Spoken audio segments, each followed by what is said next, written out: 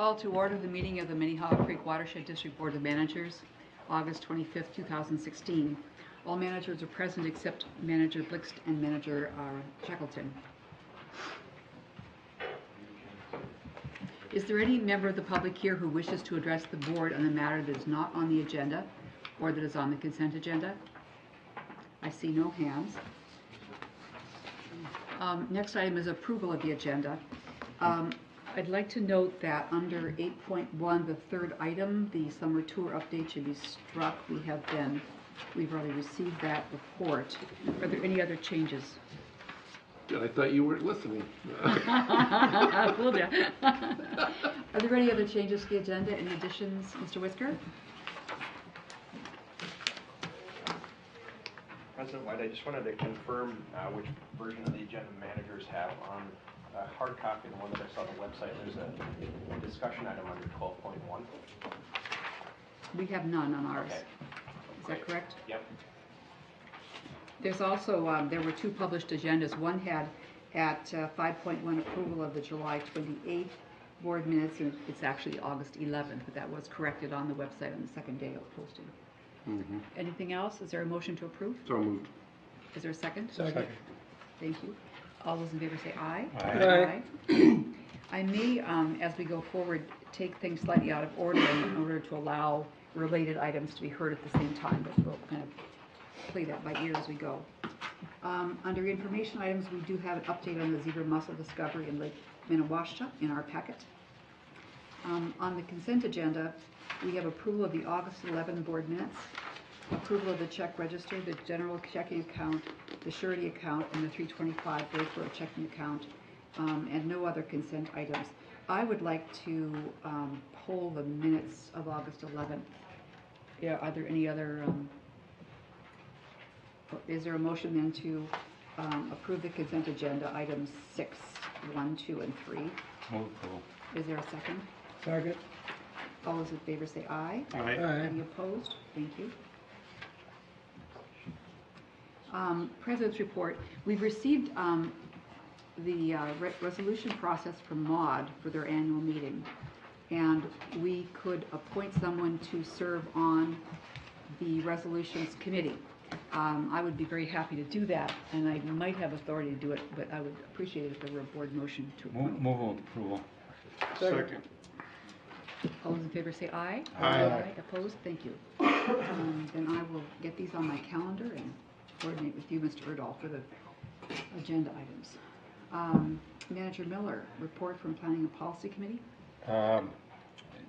What we had is a report of the strategic planning initiatives that we've been involved in since 2009 to the present day, and we had reaffirmation that the district is undergoing current iteration of strategic planning to improve the organization, focus and alignment on fulfilling the mission, and quite a process that we received a summarization of the issues and areas for improvement identified through a staff-led evaluation process. Apparently every member of the staff was involved in different groups to evaluate other departments, and they made a very honest presentation of what they saw as staff people. And the next steps are plan to address the policy level issues concerning the programs directed and have this in order by January. So there's a lot of work that's been done, but unless we keep up the momentum, it's not going to result in any change unless we do it in a timely manner.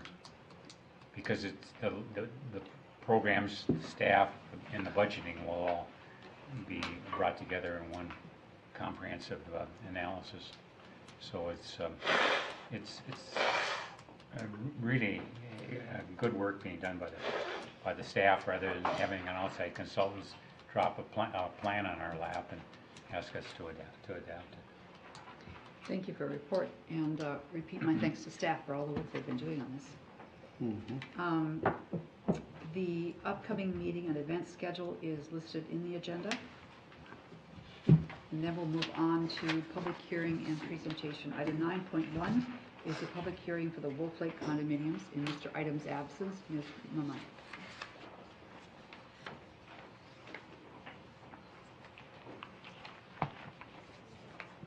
Well, President White, managers, cost share grant administrator Brett Item could not be with us tonight. As you well know, he's a new dad. So we congratulate him and his wife Molly on the addition of their new baby boy. Well, he presented the details of this proposal to the board at the workshop on August 11th. So I won't go through many of the details. However, I will provide a brief summary for the benefit of the public who are here as well as the board. The applicant for the cost share grant in this instance is Wolf Lake Condominiums. It's located at 4820 Park Commons Drive in St. Louis Park. They are proposing to renovate their landscaping in a significant way to address some drainage issues and erosion. At a large parking lot that's on the northeast corner of their property, this drains to Wolf Lake, which drains to Bass Lake, which drains to Minnehaha Creek. This property is located between Excelsior and Grand in St. Louis Park and Wolf Lake, Wolf Park, and the St. Louis Park Recreation Area. So it's a very visible location. The proposal is to construct a 4,000 square foot rain garden and a pre-treatment system that would be located near the bike path and parkland and would also incorporate signage. Before you is a redlined version of the RBA that orders this project. The red line relates to the fact that the City of St. Louis Park would need to grant an easement because there's a slight encroachment on City of St. Louis Park land. Also in your packet is a letter of support from the City of St. Louis Park for this project. And so we needed to brighten that up in the RBA, which is before you today in redlined fashion. This project is being brought before the board outside of the regular schedule for cost share projects of this scope because the applicant wants to begin construction yet this year. So it is of a time-sensitive nature. It was reviewed by the Citizens Advisory Subcommittee on July 6th and then reviewed by the full CAC on July 13th, which has provided the recommendation that's before you here tonight. And then as I noted, Brett Item presented the details of this proposal at the board workshop on August 11th. The total cost of this project is $39,317. The CAC and staff are recommending 50% of the project cost as well as 30% of the plantings based not on what's proposed, which is mature plantings, but rather the less mature, smaller shrubs and plugs. So therefore mitigating the cost.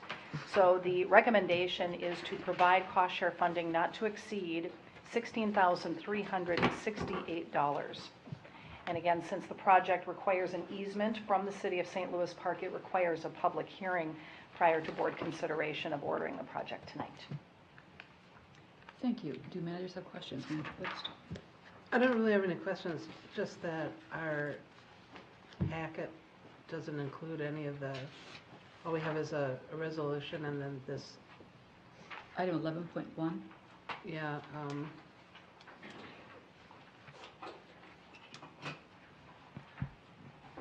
oh, thank you. That's okay. And of course, the full packet for 9.1 was in the previous meetings for. Yeah, that's what, yeah, it's like, Yeah, so no, that's, and if everyone is agreeable, we'll just go ahead and address 11.1, the resolution at this point also, as long as we have Ms. Maya confirm this. Has everyone had ample opportunity to read the redlined version? Any other questions?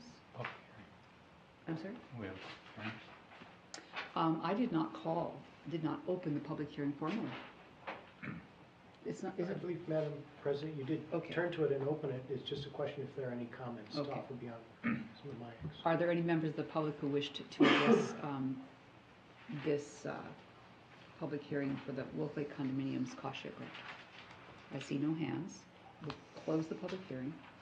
And then could I have a motion to approve Resolution 16066? So moved. Motion Second. and second. Any further questions? All those in favor say aye. Aye. Any opposed? Motion carries. Thank you very much. Thank you, Ms. Vermeyer. Next on the agenda is 9.2, the public hearing for Methodist Hospital floodplain and wetland enhancement project. Mr. Wisdom.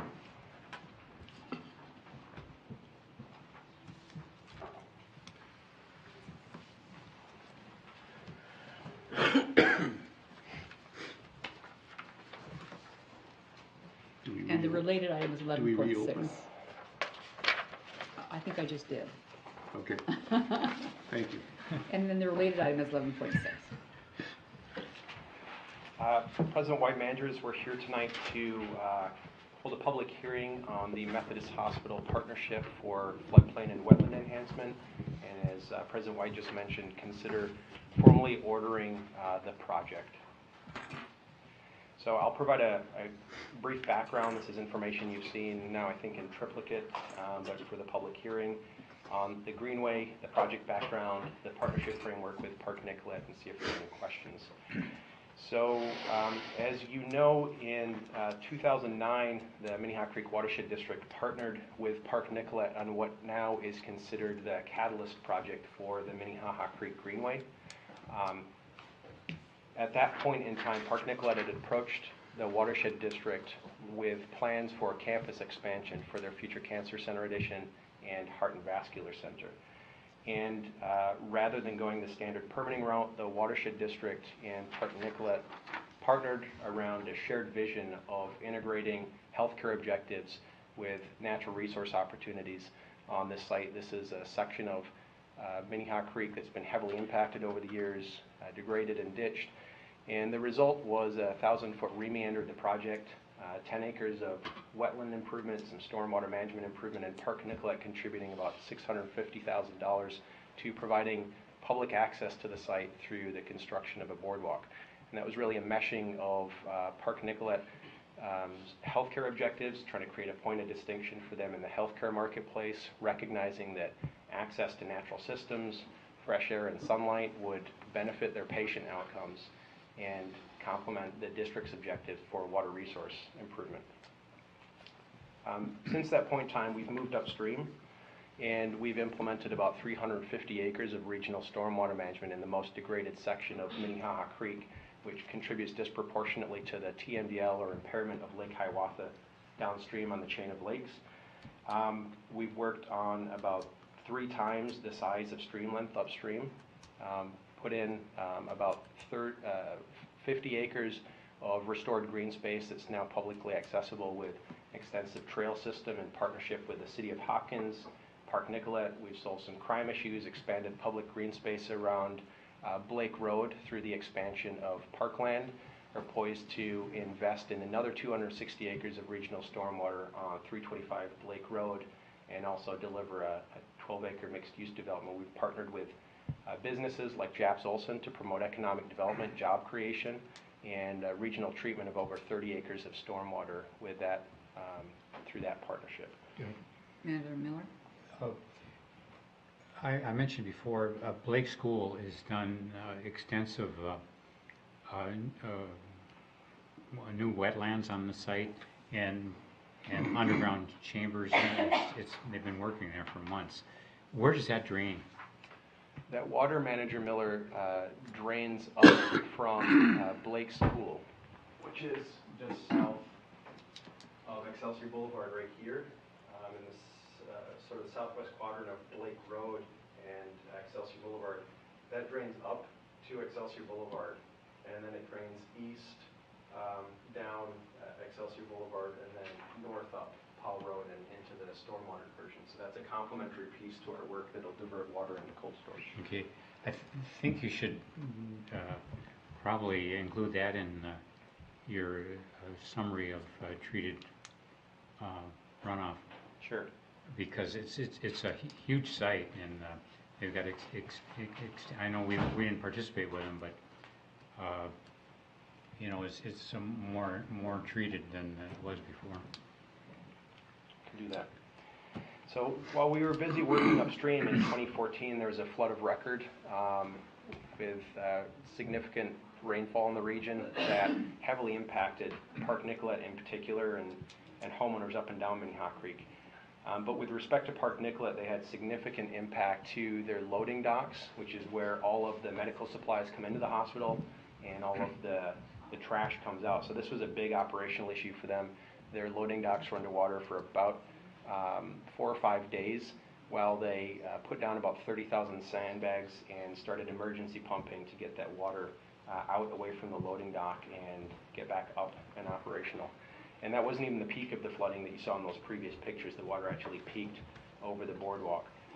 That flooding event catalyzed thinking by Park Nicollet leadership that they wanted to once and for all remove that part of their campus from the 100-year floodplain.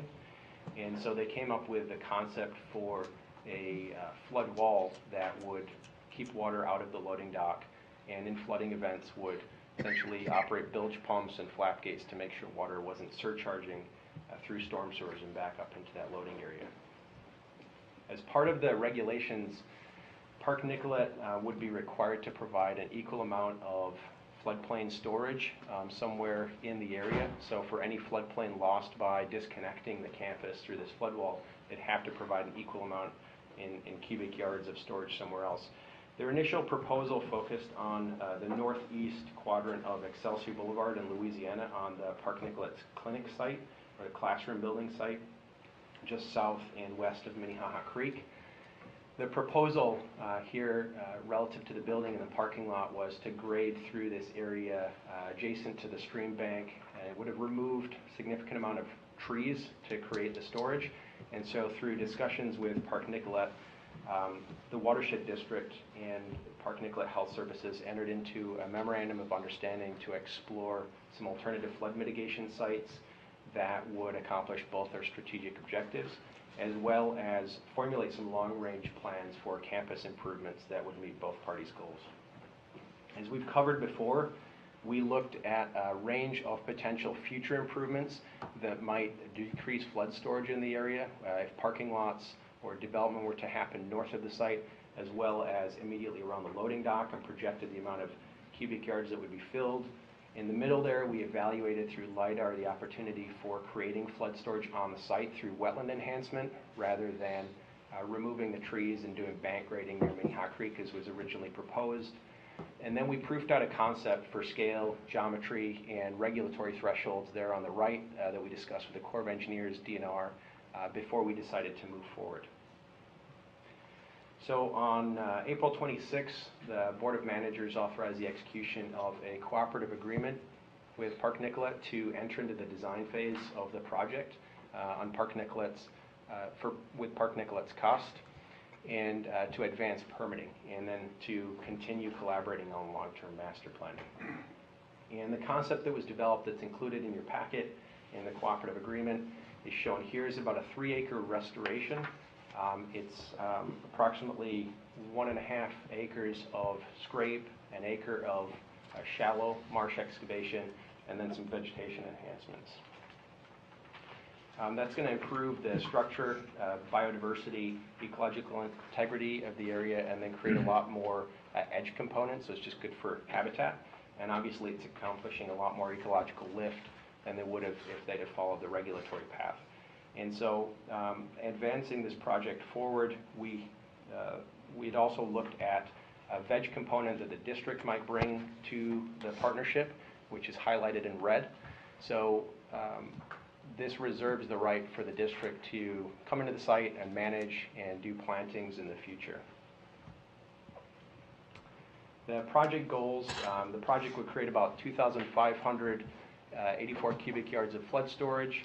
It would provide ecological lift across the wetlands, provides visual interest component for the users of this highly visible campus that employs about 5,000 employees and sees about 10,000 patients annually. It also doubles down and honors and reinvests in that original vision that Park Nicollet and the district had in 2009 and really fits Park Nicollet's mission well. We've talked in the past about how great of a partner they've been, and that's a lot because of their mission and that they see this investment being very much in line with their goals, being good community stewards. So the cooperative agreement that's framed in your packet that's been discussed before and has some additional exhibits this time around has Park Nicollet responsible for all the capital construction, design, and permitting costs in the range of about $300,000. It would have the construction of the wetlands timed with the flood wall, which is scheduled for the fall of 16 into the spring of 17. It would have any of the consultant warranties that Park Nicollet is contracted for extending through to the district. It would also require Park Nicollet, if there's any design changes, to consult with the district to make sure that those are approved. And upon completion of the project, Park Nicollet's agreeing to grant a permanent easement for free to the district over 15 acres of the site's natural resources. That easement, as I mentioned previously, will provide the ability for ongoing veg management, consistent with a broad guideline roadmap for veg management that's also attached to the cooperative agreement.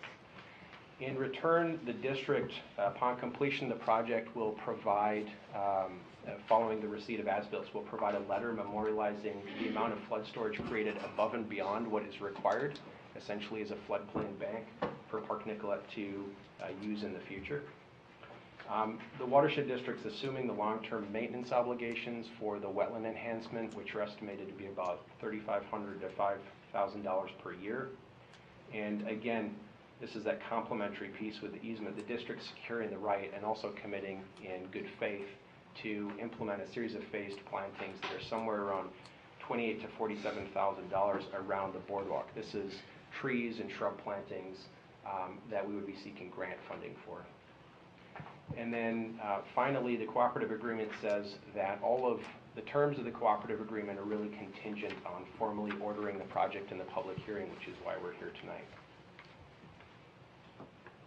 The last time we reviewed this, we didn't have the legal description or the easement area cleanly defined. That was in process. That is in your packet. So on the left there is the full easement area south of the road. It's about 15 acres, encompassing all the woodland, creek, wetlands, and natural resources that are bordered and surrounded by Park Nicollet campus. And then on the right is an exhibit to the vegetation management plan that essentially breaks those natural resources into specific zones, the treat areas, the wetland area, the creek area, and some upland areas, and then have some veg management goals. Within the easement itself, Park Nicollet is essentially committing to coordinating with the district and seeking concurrence on any management activities that they may undertake out here, whether that's removal of dead trees, any sort of management activities in the wetland at all have to be coordinated through the district, and it affords the district the right to get out here and put together a focused management plan, which is something that's been lacking upstream and downstream with the projects that we have that have evolved since this initial project went in. We've got much more focused veg management plans and a specific aesthetic, and now we're essentially circling back to this initial project and bringing it in line with the vision for the rest of the corridor. So the next steps following pending the closing of the public hearing would be to order the project tonight. There's a resolution in your packet requesting the board do so. In September, we'll see the final permit approvals coming from the Department of Natural Resources, the Corps of Engineers. The board have, of course, already reviewed and authorized the approval of the watershed district permit. The city's conditional use permit's been obtained already. And in September, once those permit approvals come in, Park Nicollet will be initiating a sidewalk project around the west side of campus before they move into driving the sheet pile for the flood wall. So they're looking at doing that in the latter half of September into early October. And then September to spring would finish the construction of the flood wall as well as initiate the construction of the wetland with spring plantings being wrapped up around April and March. Thank So you, with Mr. that, Whisker. with that, I'll take questions. All right. Let me ask first, is there any member of the audience who wishes to address the board on this permit? I see no hands. Manager Olson. Ken, Park Nicholas, thank you. Manager Blitz. I know that you mentioned one of our contributions would be the funding plantings, and you said that we would be seeking grant funding for that. Correct. Do we have grants in mind that we would seek that Manager from? Blix, And what's that- the alternative? Should we not receive those, and when do we need them by? Well, we're, first things first, Manager Blix, managers, is pursuant to the cooperative agreement, we're under no concrete obligation to implement that part of the project. We're committing in good faith to pursuing implementation, and we've written in there explicitly that we'd be looking for grants.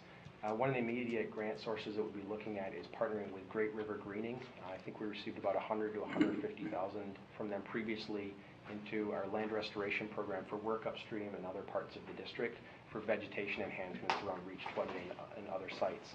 So that's the one that we're looking at right now. I don't know the exact timing on that, so I don't have an answer to the latter part of your question. If we're not able to get grant funding, we'd have a collaborative discussion with Park Nicollet about how to honor our good faith commitment, and we'd come back with a proposal at that time for using either land restoration dollars or a combination of land restoration Park Nicollet dollars, or seeing if we get St. Louis Park to contribute, who's been a partner in the background on this project. Thank you. I guess just to follow up, I was trying to figure out when the timing would be of when we would actually need the money. Sure. We wouldn't entertain putting any material in the ground until fall of 2017 at the earliest. So a year from now. Yes, So we have a year to find correct. the funding. Okay. And if we don't find it then, we'd be looking at 18 and just working with Park Nicollet to push that project element out. I'll close the public hearing at this time, and let's move to item 11.6, which is Resolution 16072, ordering the Methodist Hospital Floodplain Wetland Enhancement Project. Is there a motion to approve Resolution 16072? So approval. Is there a second? Any discussion? All those in favor, please say aye. Aye. Any opposed? Thank you, Mr. Brisker. Thank you. Next on the agenda is 10.1, permit 16-198. Ms. Workin.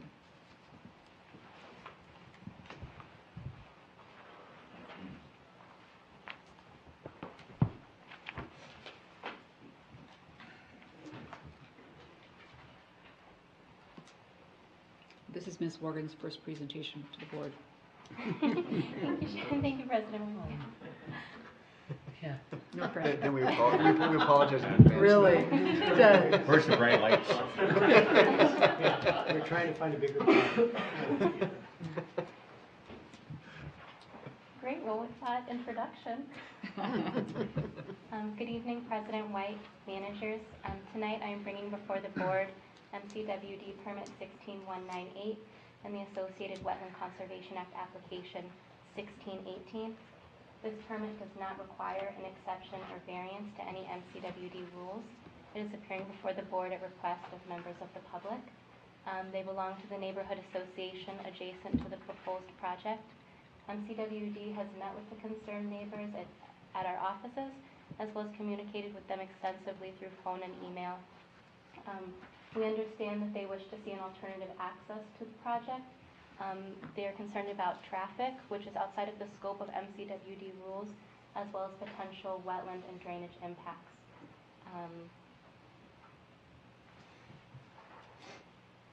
During my presentation, I will present on the project's details, as well as how it conforms with MCWD rule criteria. I will provide a recommendation to staff. Before going forward, I would like to mention that there are representatives for the applicant present, as well as one member of the public. Erwin Jacobs, represented by his real estate agent and supported by the City of Orono, has applied for an MCWD permit for his property located at 1700 Shoreline Drive in the City of Orono. This property is 29.6 acres, directly across Shoreline Drive from Lake Minnetonka and along the western shore of Tanninger Lake. The property currently has a single-family home and associated structures, as well as a trail from the property to Tanager Lake. In total, there are 2 acres of impervious surface on the property. Mr. Jacobs is proposing to subdivide his property into 4 parcels. His home will remain on one of the parcels, although the trail connecting it to Tanager Lake will be removed. New homes will be built on each of the 3 new parcels, and will be referred to as the Tanager Estate subdivision. The access to the Tanager Estate subdivision is proposed through an extension of Heritage Lane through undeveloped City of Orono right-of-way. The City of Orono right-of-way is marked in red on the figure in front of you. Under the preliminary of plat approved by the City of Orono, this road will be built by Mr. Jacobs on behalf of the City of Orono. Following its successful completion, it will be accepted as public road by the city. This application is for the road, the stormwater management infrastructure, and the wetland protection required for the subdivision. Individual erosion control permits for the single-family homes will be submitted by individual contractors at a later date. We have all rule authority in the City of Orono, and we are also the local government unit who administers the Wetland Conservation Act within the city limits. This proposed project does result in wetland fill. Therefore, the district's erosion control, wetland protection, stormwater management, water body crossings and structures rules are triggered, as well as the Wetland Conservation Act replacement plan process. Starting with erosion control, this project proposes standard erosion control best management practices, including rock construction entrance, silt fence, permanent vegetative stabilization.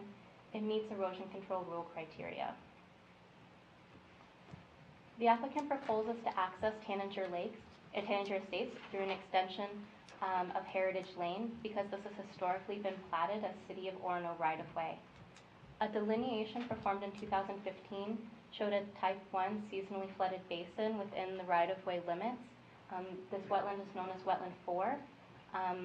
Wetland 4 also extends onto property not owned by Mr. Jacobs or the city.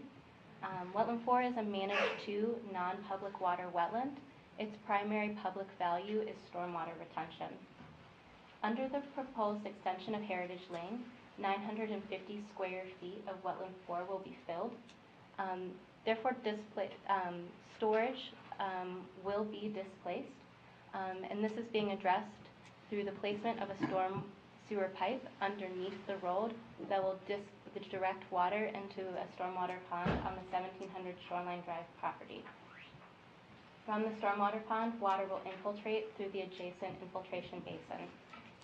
The stormwater pipe will be placed 1 foot above the bottom elevation of Wetland 4 so that the non-impacted portions of Wetland 4 will be allowed to pond and with hydrology typical to a seasonally flooded basin.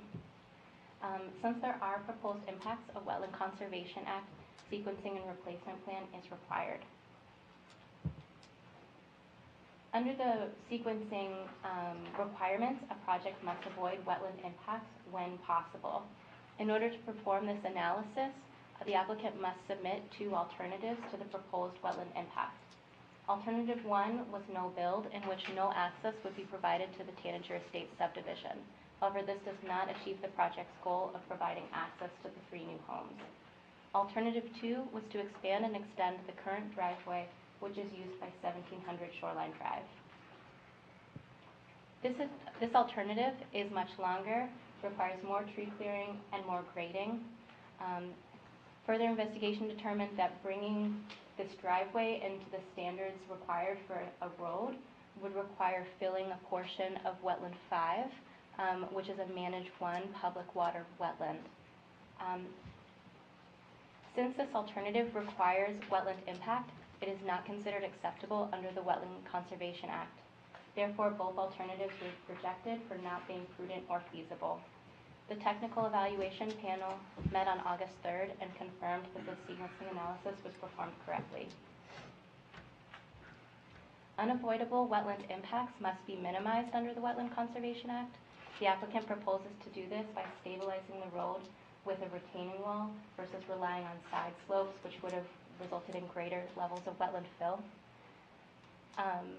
Impacted wetland will be replaced through the purchase of wetland banking credits at a 2-to-1 ratio from a wetland bank located in the same bank service area. While not counted towards the applicant's mitigation credits, the public value of wetland 4, which is stormwater retention, is also replaced on site through the installation of the stormwater pond. Since a wetland is being impacted, the stormwater management rule is being triggered and the water body crossings and structure rule is being triggered. The wetland protection rule is also triggered. As I mentioned, a wetland delineation was performed back in 2015. A total of 6 wetlands were identified within the site in the City of Orono right-of-way. Wetlands 1, 2, 3, and 6 must have a buffer. No wetland buffer is required around wetland 5 because it is not down gradient of any activity. No buffer is required on wetland 4 because the necessary buffer would be located on property not owned by Mr. Jacobs or the city, and buffer is limited by the right-of-way. Buffers are provided around all wetlands in accordance with the wetland protection rule. The only buffer disturbance will occur due to removal of the trail. This area will be decompacted and revegetated with a native seed mix in accordance with the wetland protection rule.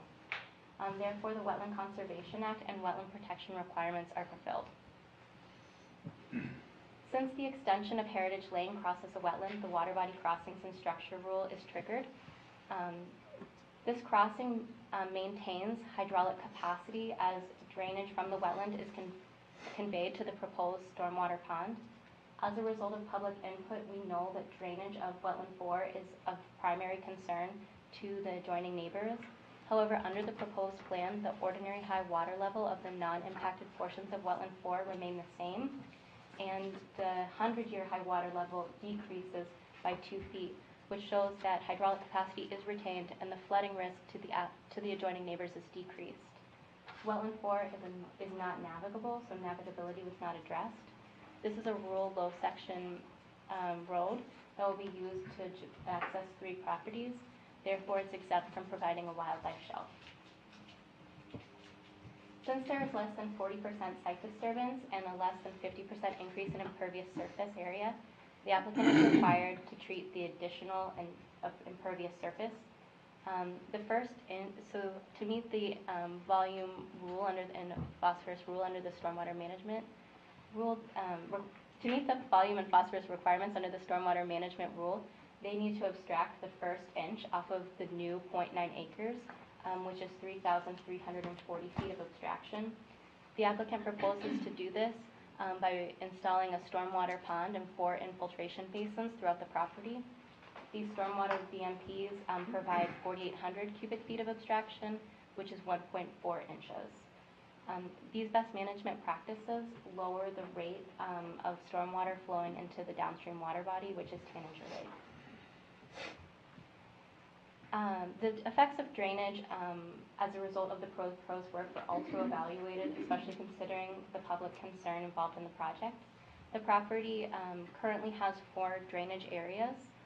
Under the proposed plan, the 4 drainage areas will be maintained. However, drainage area 2 will be decreased and drainage area 1 will be increased.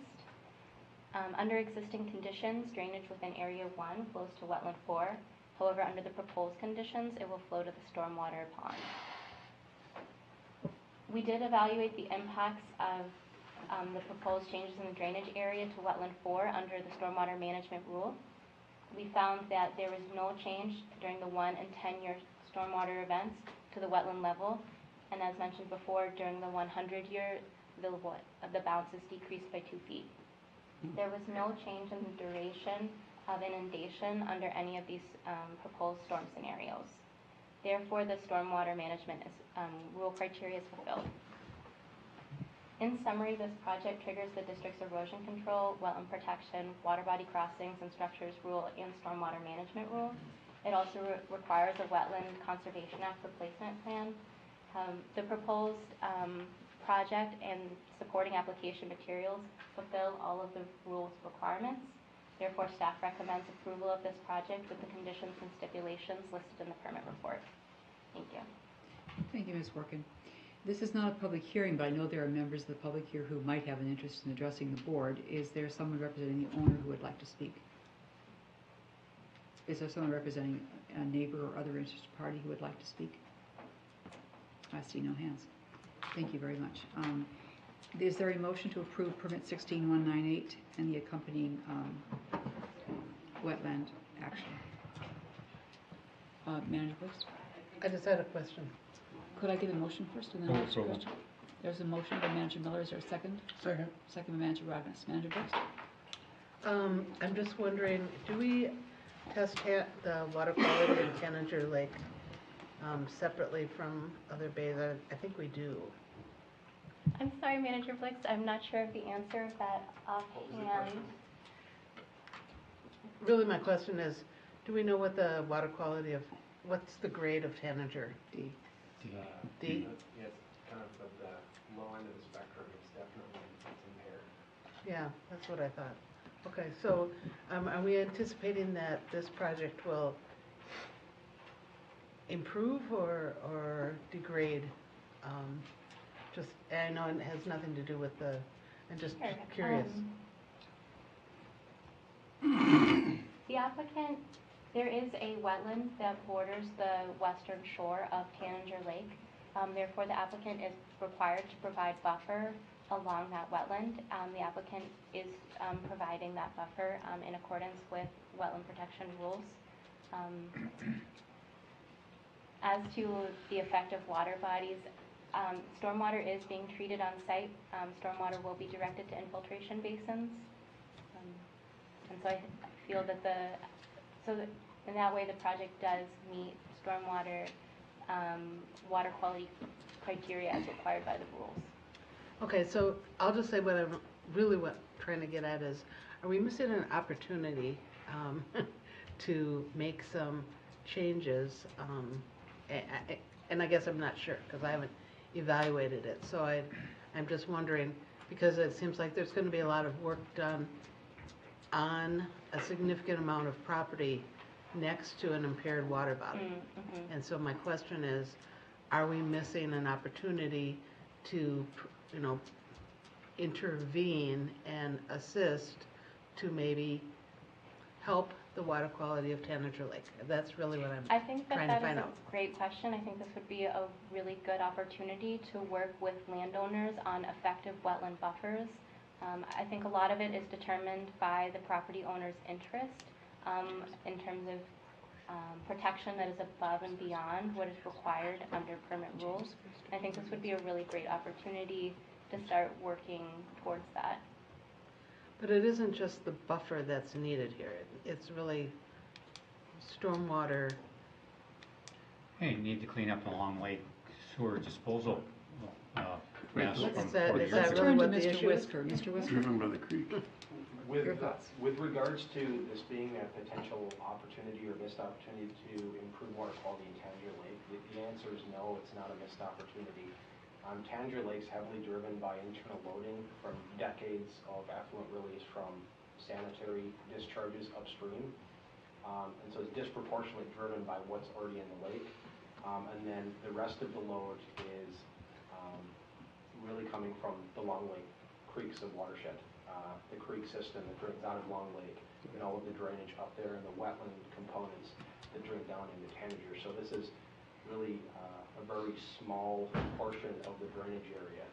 And if you were to look at it from a planning filtering perspective as an opportunity, there wouldn't be a massive opportunity to regionalize stormwater from a heavily densely urban impervious area on the site. And even if there were, as I mentioned, it wouldn't reverse the trend for Tanager because it's heavily driven internally. Thank you, Mr. Great. Whisker. Perfect, thank you. Did you want to add anything, Manager Miller? No, just that the problem was caused by we fixed part of it, but it's a long ways from being Still solved got more work. with Are we ready to Sewerage. vote? Mm-hmm. All you those in know, favor? Yes. 40 years ago, Irwin Jacobs used to own the Granville Brewery, Mhm. and I was a third ward alderman, which contained the brewery. And I don't think it's asking too much. Every 40 years he comes in before the board, then I'm on and ask for exception to something. At that time, we worked on trying to solve the cost problem with the sewage disposal at the brewery as well as the assessments. We didn't find enough solutions to save the brewery, but we worked on it. But this is no exception, of course, because it meets all of the rules. Yeah. All those in favor, please say aye. Aye. Any opposed? Thank you, and thank you, Ms. Wilkin. Next on the agenda is item 10.2, permit 16169, Painter Creek Cattle Crossing. Ms. Sylvia and Ms. Clark. We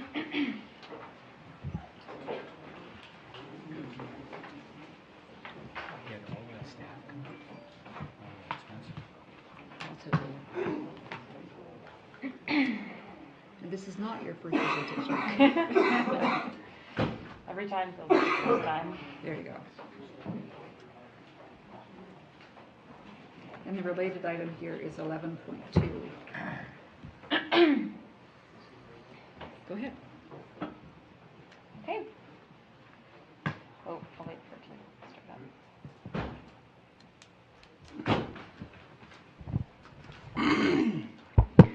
President White, Board of Managers, Renee and I are here to talk to you about the Painter Creek Cattle Crossing in Independence, Minnesota.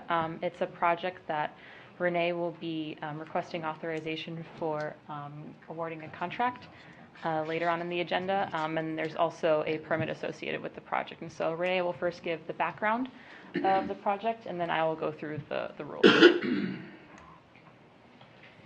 Chair White, managers. In April of 2016, the Board of Managers approved an agreement with members of the Johnson family, including Marvin Johnson, Dean and Dawn Mooney, and Hilltop Farms. Under that agreement, the Watershed District received conservation easements over 8 parcels of land over Painter Marsh in exchange for repair of an existing cattle crossing. To locate you on the map on your screen, the parcel where the cattle crossing is highlighted in green and the crossing area itself is circled in red. The location of the 8 parcels are highlighted in red, and the easement area is in general highlighted in blue. The crossing was last repaired by the Watershed District in 2008, and because at that time its disrepair was due in part to beaver dams in Painter Creek, where the Watershed District acted as the public ditch authority pursuing that repair. Its recent disrepair is due in part to the high water conditions in 2014, and due to those conditions, the Watershed District received federal emergency management funds to make the repair more resilient to floods in the future. I'll pause here while Ms. Sylvia describes the repair and the previous crossing, which is shown on the screen. Catherine will review the Watershed District rules as they apply to the project, as well as the Wetland Conservation Act, and how it applies to the project. And my item 11.2 on the agenda is request to award a construction contract for the repair based on the 3 quotes received, and that information is in your packet. Thanks, Renee. Yep, so this slide shows what the repair looked like in 2008, shortly after the initial project that Renee mentioned. There's an aerial image as well as on the ground photographs as well, showing the crossing across the creek and then the inundated side. This is what the crossing currently looks like now from aerial. Due to the more inundation from the 2014 floods, the flow was restricted, and so inundation just stuck around and washed out slowly the rest of the crossing. The project now proposes to fill in the road exactly where it was, and also provide an overflow area that allows flows between the 10 and 100-year events, as shown in the cross-section there outlined in yellow. The existing culvert will remain, and the high-flow crossing will be covered with concrete slabs as opposed to gravel that used to cover the road, and that will limit the amount of erosion and washout experienced during high flow events. So this project, it triggers the district's erosion control rule. The erosion control rule is triggered anytime there's greater than 50 cubic yards of earth material moved or stockpiled. And this project proposes to put back 475 cubic yards of fill across the outline shown on the site plan. And so it triggers the erosion control rule. Applicants must provide an erosion control plan with required BMPs. And so this project, they're proposing erosion control blanket and vegetative plantings to allow for stabilization once the dirt is placed, in addition to the proposed riprap and concrete slats. Due to construction taking place during the winter, a floating silt curtain is not proposed as it won't be needed at that time. And so the project meets the erosion control rule. The district's floodplain alteration rule is triggered for any project that alters land below the 100-year high water level of a water body. This project is located within the 100-year high water level of Painter Creek. And so the rule is triggered. The rule requires that this alteration not result in an increase in the 100-year flood elevation of the water body. And as all of the fill and grade stabilization replaces the historic fill that was previously there, the activity does not cause an increase in the upstream or downstream 100-year flood elevation of Painter Creek. And so the rule is met without providing that compensatory storage. The district's water body crossings and structures rule is triggered for any project that proposes work in the better bank of a water body. Since this project crosses the creek, the rule is triggered.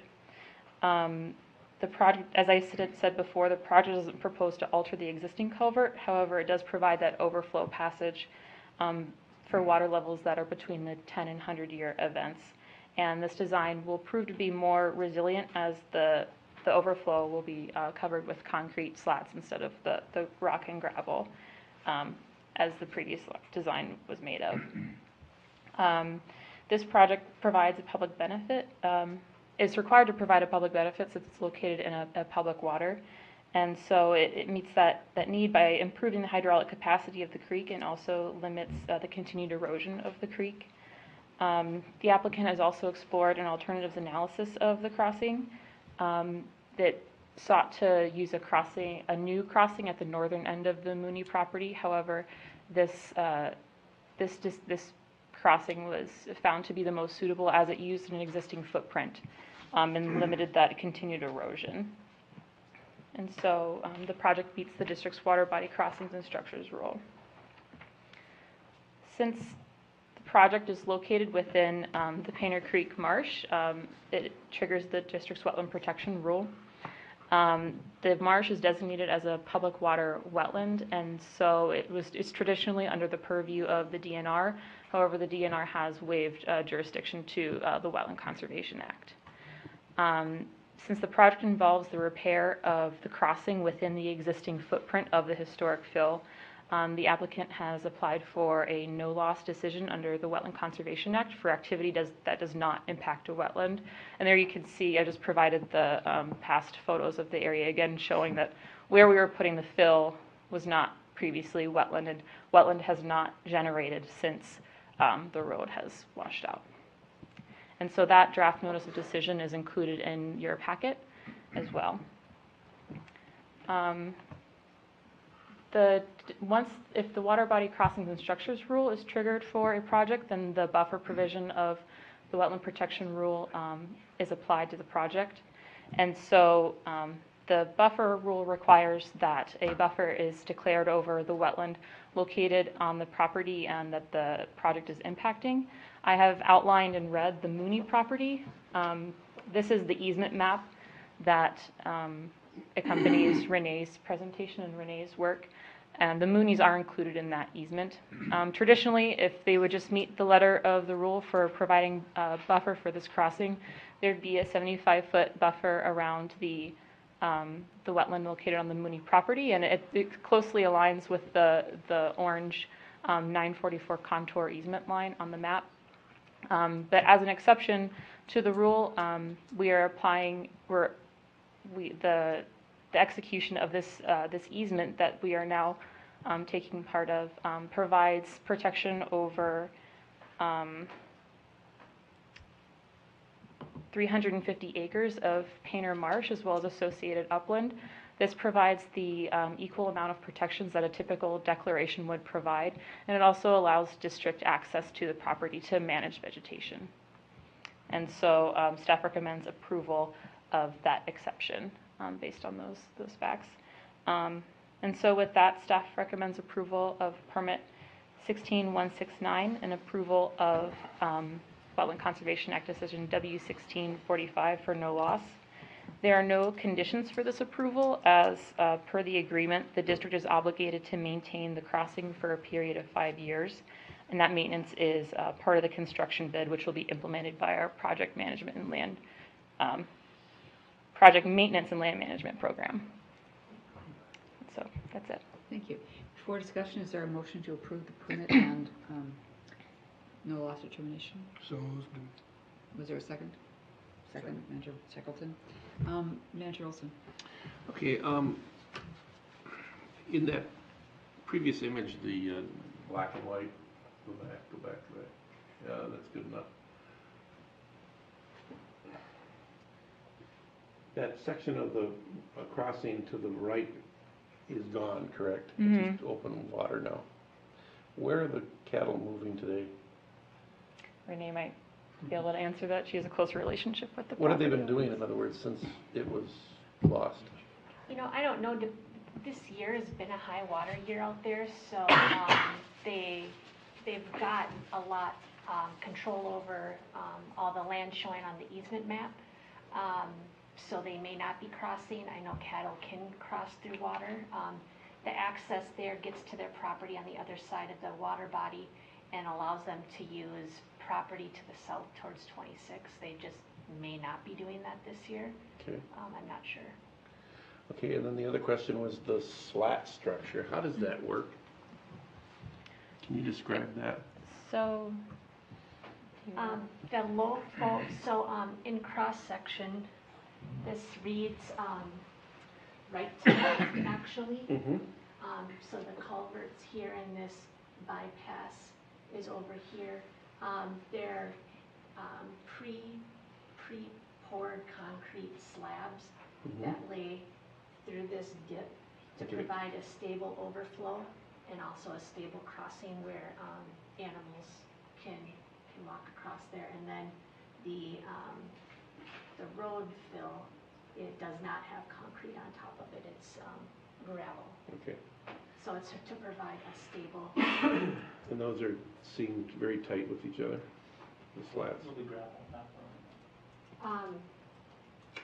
Chris can probably describe It's it. Manager Olson managers, what they are is they're like a Lego format, like a waffle. Okay. They lay on top. They're designed specifically, they're called cattle slots or cattle crossings. So what they'll use them is in rural areas, it's a way to get cattle across ditches without them pounding through the sediment that comes on top of it. So that's where you have a gentle slope that comes down and then they're just interlocking. And then once they get above the high water, then you can go to more of a gravel situation. And that was the issue we were having, is that it would get wet and the cattle would kind of crawl on top of the gravel, just sink it down, and it would essentially, it would just. That's why I'm asking the question, There you because go. I was unaware that they were interlocking. And Yeah. if they're interlocking, that solves that problem.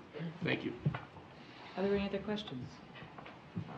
All those in favor of the permit, say aye. Aye. Any opposed? Thank you. And then resolution, I've lost my place, 11.3, resolution 16-0, nope, I'm in the wrong place. 11.2, resolution 16-070, authorization to award the construction contract for the crossing. Do you have anything you want to add? You mentioned that you have all the bid information included. Chair White managers, I could give a brief description of the bids and the cost and funding, but it's in your packet, so it's the pleasure of the board. Is there a motion to approve resolution? Manager Becker moved. Is there a second? Second. Manager Olson, thank you. Any questions? All those in favor, please say aye. Aye. Any opposed? Thank you.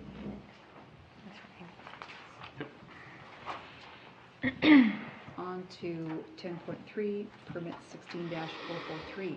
Ms. Schaufler and Ms. Sylvia. okay.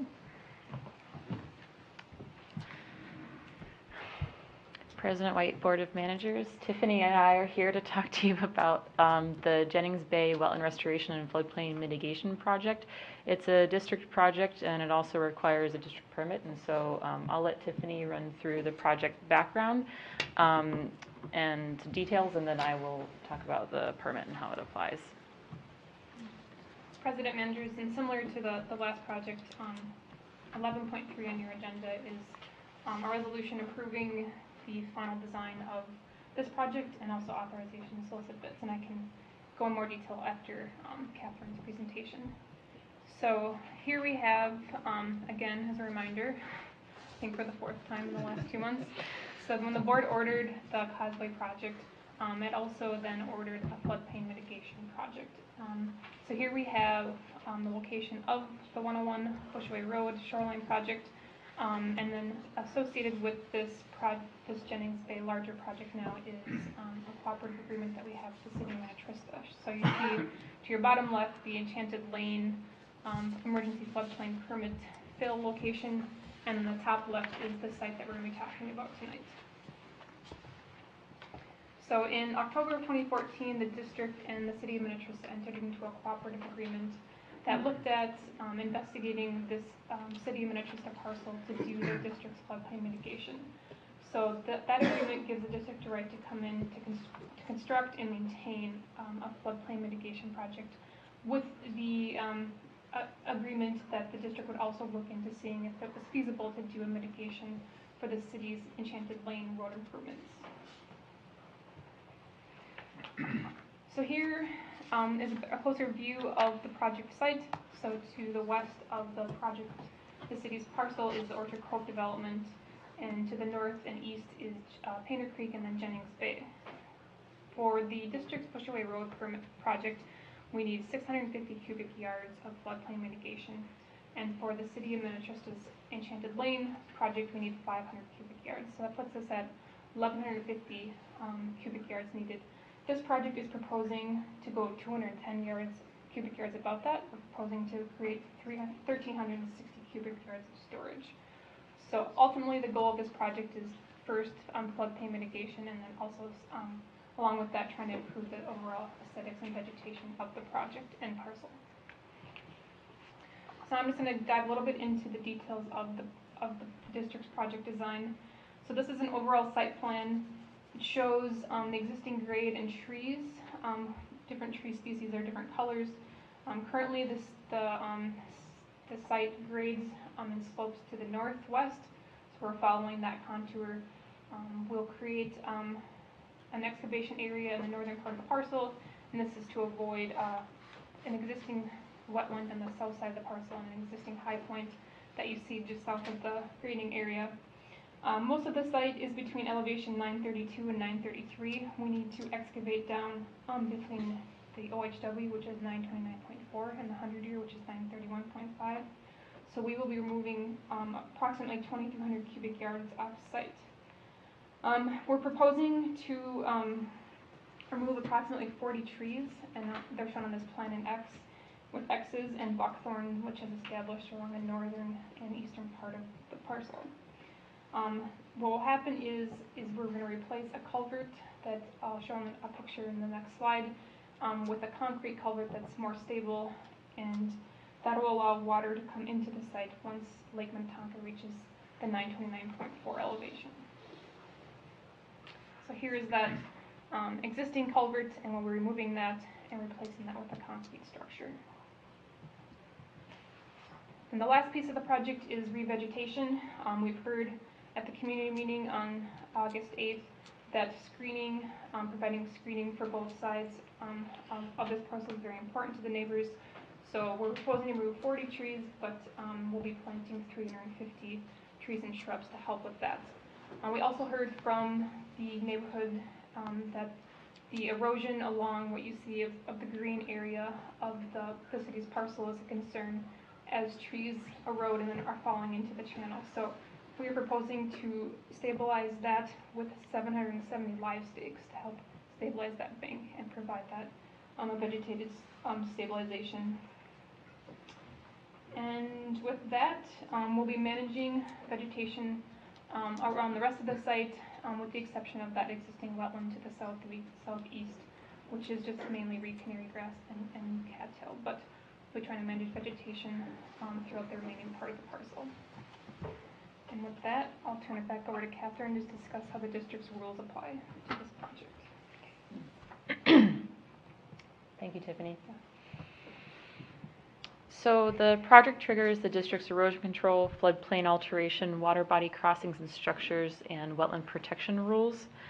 The erosion control rule is triggered as the project involves excavation of 1,360 cubic yards of soil.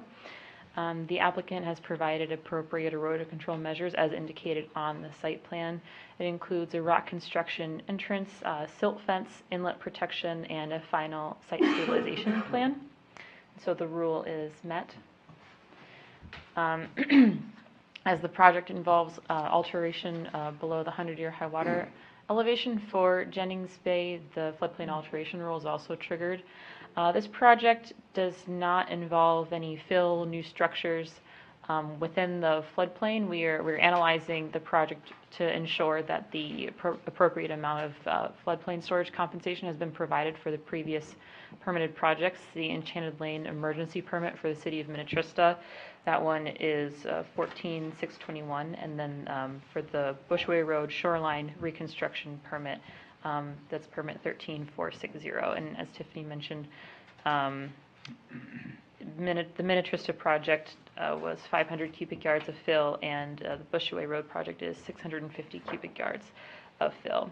So to fulfill the compensatory storage requirement, as Tiffany stated, the project will be excavating 1,360 cubic yards of floodplain storage on the property, and also replacing that culvert to allow for that hydraulic connection to Jennings Bay.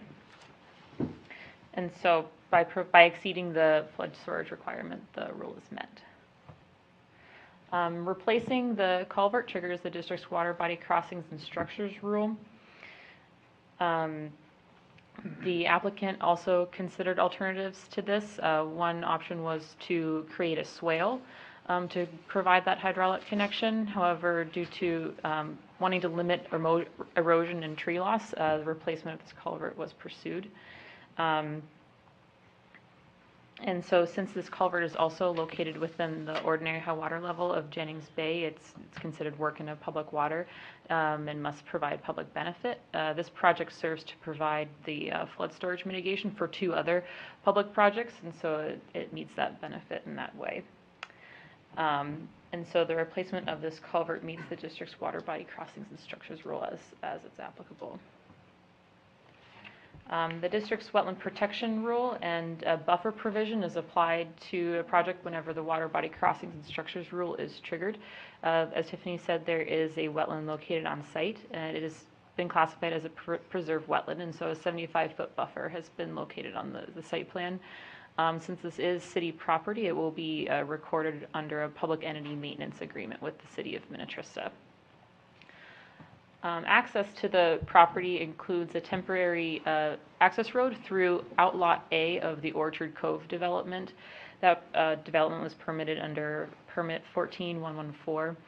And so this is the city's standing access right-of-way within the outlot, but it does cross through a delineated wetland and a wetland that there is recorded buffer on. And so we are not the WACA LGU, it is the city of Minnetrista, and so they'll be regulating the no loss of the wetland since it is temporary. However, we do require that if there is buffer disturbance, then buffer is maintained and monitored to ensure it comes back. And so since the district will be maintaining vegetation on the site, as Tiffany stated, the district will be replacing and maintaining the buffer that's impacted through the access. And so staff recommends approval of permit 16443 with conditions to submit an as-built survey documenting the floodplain storage and also an execution of the public entity maintenance agreement. Thank you. Is there a motion to approve permit 16443? So moved. Is there a second? Thank you, Mr. Manager Olson. Those rubber mats will be removed when you're done accessing it. Yeah, Manager Olson, yeah. So the rubber mats are just another kind of extra protection to protect that wetland from Okay. the machinery. Thank you. Other questions? Madam President? Yes. Just a quick question, my notes reflect something about indemnification from a homeowners association. Oh, yep, thank you. So the buffer is located on the declared outlot for the Orchard Cove development, and so this impact will not, and also the restoration of the buffer will not be seen as a responsibility of those homeowners, as they are listed as the responsible parties on the declaration. But it will be restored to the specifications as designated in the declaration. Thank you, Mr. Smith. Okay. Anything else? Manager Miller? What's the cost of this project? Let me, I just have a slide on that for that piece of it.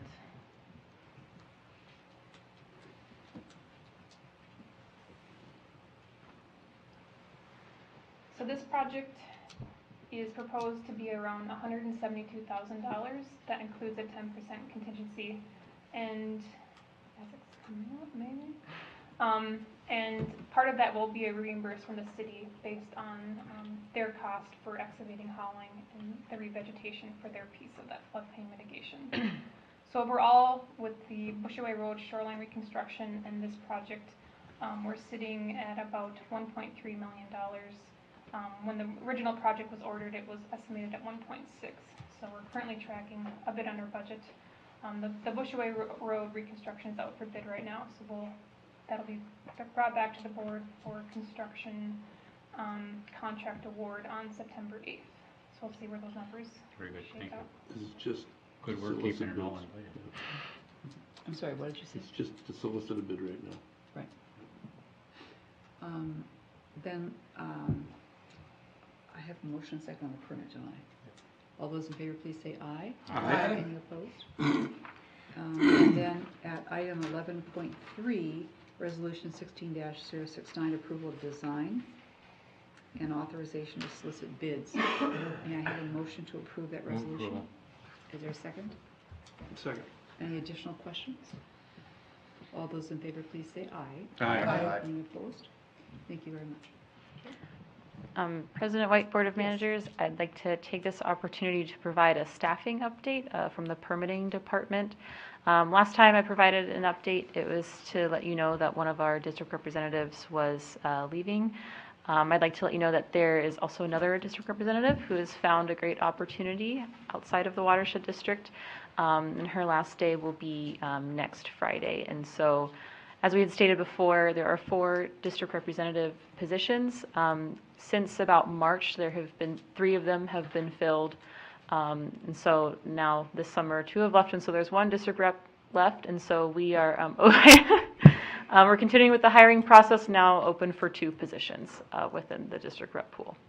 So Thank you. just want to let you know. 11.4, resolution 16-068, authorization of cost share funding homeowner grants. And once again, Ms. Mamayak stepping in for Mr. Item. Thank you, President White. Managers, Resolution 16-068 requests authorization to execute an agreement to fund the installation of 2 front yard rain gardens and a permeable paver strip that captures runoff from the garage and driveway at 5030 40th Avenue South in Minneapolis. This is among 7 homeowner projects that Cost Share staff has brought forward in this grant cycle. The 6 others are within the funding cap and were approved by the Citizens Advisory Committee at its meeting on July 13th. That's according to the procedure outlined by the district. A summary of each of those projects is provided in your packet. 15 others that were received, not including some master water steward capstone projects, will be brought forward at a future meeting. And so this represents the workload that staff has with the homeowner grant cycle. A total of 22 applications was received. 50 other inquiries were received, but didn't make it through to a formal application to be considered by the district. And this workload issue is part of the strategic planning process that the district is undergoing right now, and that's been pointed out as well in the narrative of the RBA, so I just wanted to point that out to you as well. So we have 7 homeowner projects, 6 approved by the CAC. The project that's before you tonight, 5030 40th Avenue South in Minneapolis, is being brought to the board for consideration for review and approval because the recommended funding for this project exceeds the $2,500 cap for residential BMPs in this part of the grant funding cycle. The property owners here are Arun Hejmati and Patricia Lyle. They are proposing to spark a neighborhood-wide Blooming Alleys initiative. And they want to do this by installing BMPs that capture all of their property's runoff for a 2-inch rainfall. So the BMPs that they are proposing to install are 2 front yard rain gardens, a permeable paver strip to capture the garage and driveway runoff, a 500-gallon cistern, and they also want to transition to no-mow grasses in a majority of their yard. In addition, they want to go above and beyond the outreach requirements for this grant funding. They've already hosted an informational meeting about their project, and they're promoting their ideas to the neighborhood as well as local media. They've also created a Facebook page called Restore Our Watersheds, and that will be an ongoing source of blog posts to educate people about stormwater management. And there's an evaluation sheet that each applicant must go through, and so staff scored 95 out of 100 points for this project. So this project really scored very highly in the 75% funding percentile. The total cost for this project is $26,000. After review by the CAC subcommittee and the full CAC, there's a recommendation to fund 3 of the proposed BMPs, the 2 front rain gardens and the permeable paver strip at 75%. The cost of these 3 BMPs is $14,000. So the recommendation is for a funding of not to exceed $5,000 for these 3 BMPs. So it's a phased project installation that's being proposed. So staff is requesting that the Board of Managers authorizes a cost share funding and maintenance agreement for the Hejmati Lyle project not to exceed $5,000. Thank you, Ms. Mike. Is there a motion to approve Resolution 16068? So moved. Is there a second? Second.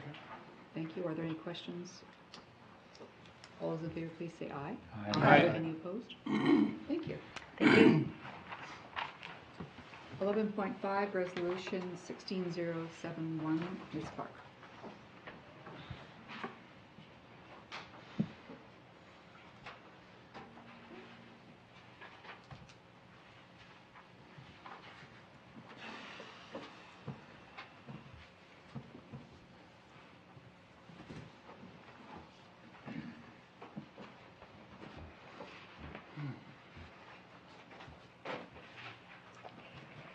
Chair White, managers, I'm here before you tonight to request approval of a memorandum of agreement with the City of Edina to cooperatively plan improvements in Arden Park, as well as receive some cost reimbursement from them and authorize consultant contracts for project concept development in Arden Park. I'll review the project location and then spend a little bit of time discussing project justification and benefits, the consultant scope, and how staff plans to implement that in a bit of an iterative process. Review the agreement, budget, and schedule, and then conclude with the recommendation. The project is located in the City of Edina, downstream of Browndale Dam. And to orient you, at the top of the screen is Meadowbrook Park and Meadowbrook Lake. Highway 100 crosses the middle of the picture with 50th Street labeled there at the north of Edina Country Club. Arden Park is circled in red in the middle of the screen. Downstream of Arden Park, just below 54th Street, is what we've referred to as Reach 14, where the district recently implemented restoration projects on 16 private properties. There's a section of about almost 900 feet of creek immediately below West 54th connected to this project, where the district is negotiating land easement with the Edina Lutheran Church. And then for context in this area, at the bottom of the picture is Pamela Park, where the district partnered with the city of Edina about 10 years ago to do stormwater management improvements. To review the project history, beginning in 2013, the Watershed District and City of Edina coordinated their West 54th Street and bridge improvements with the potential opportunity to remove a grade control structure in Minnehaha Creek, which was identified by the district in its 2003 stream assessment and recommended for removal. The impoundment is a barrier to fish passage, and removing it addresses impairments, as the creek's on the impaired waters list, for fish passage and macroinvertebrate IBI.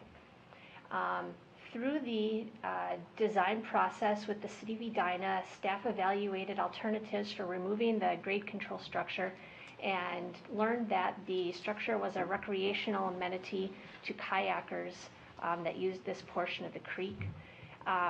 As we've reviewed in recent updates, the high waters of 2014 diminished that recreational value of the structure. And at the end of 2014, after the Watershed District devised a fish bypass alternative for the city's bridge construction project, the board resolved to abandon that less desirable alternative and explore, again, removing that grade control structure. With that board resolution, staff also brought letters of support from the City of Edina and that engaged kayak group. This year, in April, as the board began discussing the budget, the board modified the CIP schedule, moving this project slated for 2017 construction to 2018 construction. And following that in April, staff presented kind of the overall approach to project development and proceeding with that schedule. In July, in advance of work plans, staff came to the board again with another update on kind of the project development process for this, and described a project prioritization evaluation, which is in draft form that staff is working through to identify ways for the board to prioritize project opportunities, acknowledging that there will always be competing priorities and opportunities for limited resources. That evaluation looks at criteria generally in 3 categories: resource need, project benefits, and then other influencing factors. That update put this project in somewhat of that context, and reviewing the resource need of the project being on the impaired waters list makes it a good candidate. Other things we looked at are the water quality benefit, which the potential for water quality improvements with this project is we've called low to medium. There's about 23 acres that could be captured to remove about 12 pounds of phosphorus, but that particular design and feasibility is yet to be determined through the concept and project development phase. The ecological improvement opportunity is really the opportunity to remove that impoundment connecting 1.5 miles of stream to downstream 8 miles, addressing that fish IBI. Community benefits and other influencing factors. The recreational improvements, natural resources, creek access, view sheds, recreation and safety are all identified by the City of Edina in their 2015 Strategic Parks Plan, which connects the watershed district's natural resources goals nicely to that strategic plan. And then influencing factors, the staff brings to you projects of varying urgency. Many times with Methodist Hospital, for example, tonight it's tied to a project that is moving forward this year with Methodist Hospital, and the opportunity is now. This project specifically is not necessarily lost if not responded to immediately, because it's not directly tied to somebody else's schedule of improvements. However, there has been quite a bit of public engagement around this issue, and so one of those influencing factors is relationships and support through the city's strategic parks plan and other projects in the area. This community is currently engaged and interested in park improvements and what's going on here. So that's kind of a snapshot of this project in terms of this project prioritization framework that staff has used to evaluate the opportunity. Again, the resource benefits are reviewed. The park and public benefits are tied to public comments we heard during the initial investigation of the grade control structure and through the strategic parks plan by the City of Edina that was recently completed. The two things that are before you for action tonight is the memorandum of agreement and then the consultant scope for the design process. Because there is a large group of engaged constituents here, we've got the residents at large in Edina who are very engaged. There's a newly formed Arden Park Neighborhood Association who actually met in July, and I attended their meeting in the park, as did one of the Edina council members, to learn about what they're concerned about with the park, and I informed them about the planning work that we've done here so far. There's the kayak group, who are another stakeholder group, the city and the watershed district. Because of the quite heavily engaged group of stakeholders with varying interests, which may not all be aligned, the district has worked with a consultant team of Hart-Howerton and Interfluve primarily to create a pretty robust input process for a concept design, which on culmination would result in a concept park design as well as about a 30% design for the natural resources and creek work. The approach to this design was in your packet, and I have it on the screen, includes, again, bringing the public together and getting input, as well as the kayak group, and then presenting alternative concepts and getting feedback on the viability of a project that incorporates our natural resource improvements with park improvements. At that point, we'll hear from the community on a proposed concept that does those things. The board and city council will also have the opportunity to provide input, and at that point, there is a decision on and an evaluation on if there's a viable project to pursue and continue through concept development phase, which would then get into more of those technical designs with respect to natural resources. And then you see how the rest of that process and schedule unfolds approximately. The overall schedule and budget, the consultant contracts in total to complete the process are a not to exceed budget of $119,000, with the watershed district contributing $94,400. That money is included in the 2016 budget. Part was budgeted in 14 and part in, or 15 and part in 16. The city's contribution pursuant to that memorandum of agreement is $25,000. That amount was estimated based on the cost of the Hart-Howerton landscape architecture contract, which is producing the overall park master plan. I roughly I used that estimate as part of that contract is related to our natural resources work, and then assigning the other part of that contract to overall park planning, which is for the city of Edina. So that's how that was divided out. And then those costs associated with engineering for creek work are 100% assigned to the watershed district. The 2017 work plan assumed a project design in 2017, completing design of $94,000, and that amount was estimated based on a construction estimate of $940,000 for the creek and natural resources work, which would be scheduled in 2018. And part of the scope of these services, as we get into moving through these steps into more knowns and details, those estimates for construction and different project components would be further refined. A quick review of the memorandum of agreement. The agreement overall explains how the watershed district and the city of Edina will jointly plan integrated park and natural resource improvements.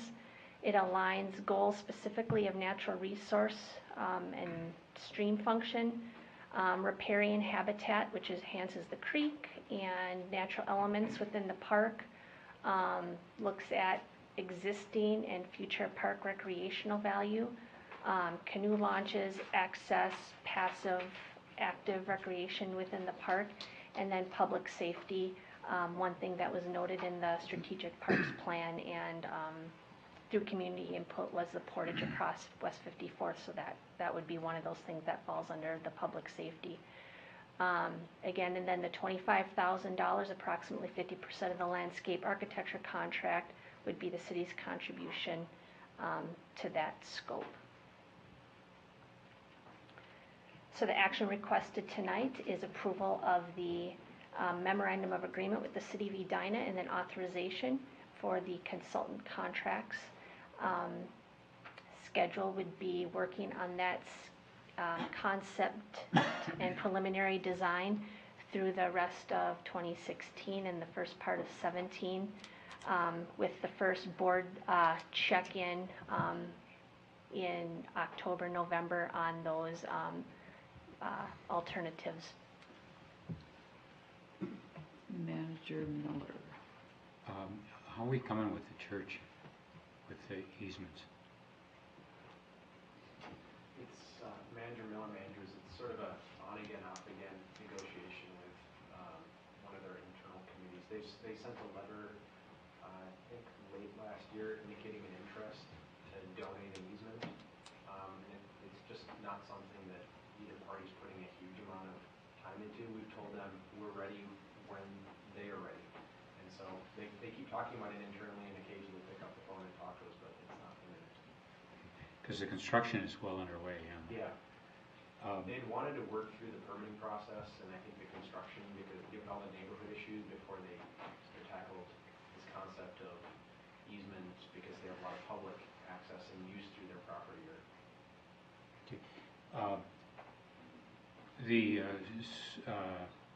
Storm sewer improvements for that whole neighborhood have already been in place, both, and we participated in that somewhat, didn't we? So, I mean, it's a pretty extensive project. Is both sides of the creek involved in that park, or just the one side? Manager Miller managers both sides of the creek. It's about 1,500 feet to just before this. There's a parcel boundary here where this starts getting into private property on the one side, but the section of right before that bend to the bridge is about 1,500 feet, and it's through the middle of the park. The stormwater management opportunities that may be feasible are treating water from this side of the creek, There's 2 locations that were studied at a high level, so we know kind of the drainage and contribution. The question that we would figure out is kind of the feasible options to treat. Not taking out the hockey rink. No, and that's something that we've heard. I don't think I can be in a project. It's part of a the project that original does hockey that. rink. We all have ethics. We all have ethics. Manager Blix, do you have a question too? Yeah. I wasn't done yet. Oh, what? Well, I apologize. Go ahead.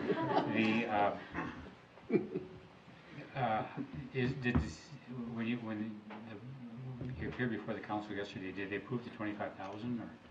Yes, they Or they approved, did? they approved the agreement as presented. That includes the 25,000. Okay, good.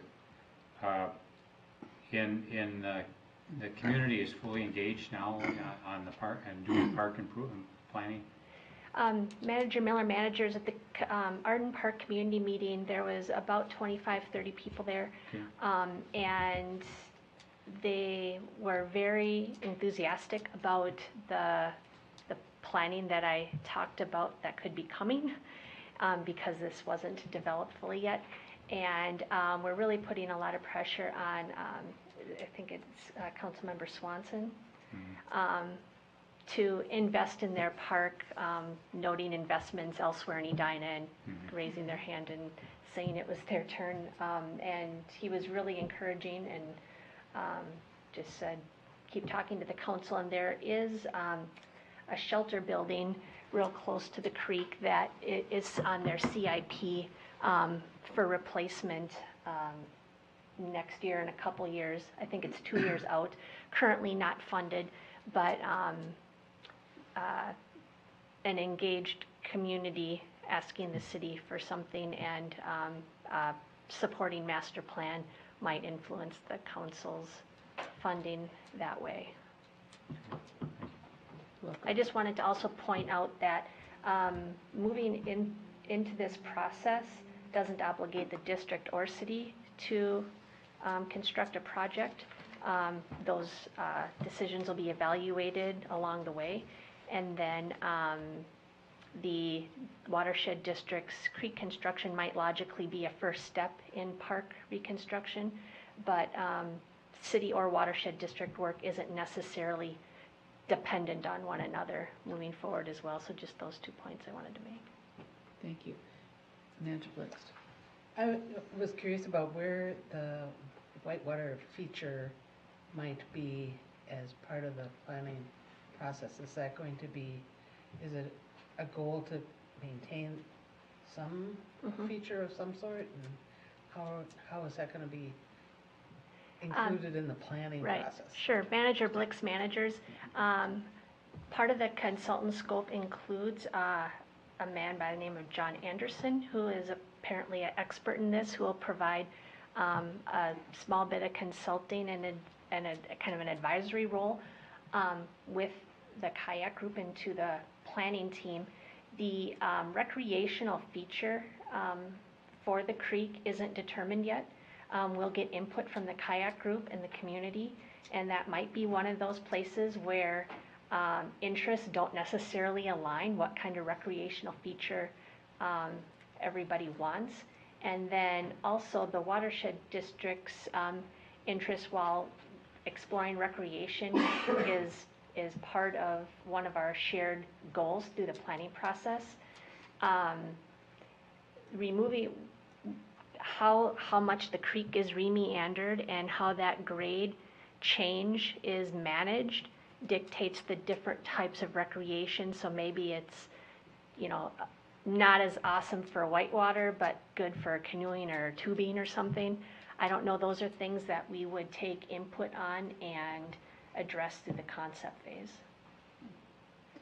First, can I get a motion to approve Resolution 16071, approving the memorandum agreement and authorizing the consultant contracts? Is there a motion? I move. So move. Is there a second? Second. Thank you. Manager Who's representing all the kids that fish off the bridge? Every other interest in the neighborhood is represented except them. The Stepping neighborhood up. association Yeah, well, I'll president speak up. sends pictures of kids with fish, so I feel like their interests are at heart through them as well. Are we ready to vote? All those in favor, please say aye. Aye. Any opposed? Thank you. Thank you, Ms. Thorpe. So it's not going to quite be like the kayak course at Rio. Yeah. We have moved, at my request, the August 11th minutes to the, which becomes the next item here on the agenda. At line 258 in the minutes, it says that there was a motion to approve 2 work plans, and the motion was actually to approve the 2 work plans we heard that night, plus the 2 we heard on the 4th. So I wanted to make that change, and I would move the approval of the minutes with that change. So moved. Second. Second. Those in favor say aye. Aye. Thank you. Mr. Erdl. Thank you, President White and managers. Just a few updates. There's been some discussion, and I sent an email to all of the managers earlier today with some follow-up reports on some MAUD surveys that were conducted earlier this year. One dealing with education and training, and the other one dealing with strategic plan and transition planning for MAUD. Some of the results of those, especially the strategic plan committee of MAUD, will be kind of incorporating those findings into their final report, which I understand will be considered at the fall MAUD board meeting in early October. So that's when they're kind of moving forward on those things. Speaking of surveys, the Minnesota Aquatic Invasive Species Research Center at the U of M is also conducting a survey, and they'd like to get ideas and priorities for research needs for preventing or controlling the spread of AIS in Minnesota. They're accepting responses through September 14th. And I'm not sure if you were aware of that, but I'll maybe forward that link to that survey as well. I thought that might be of interest to all of you, or some of you.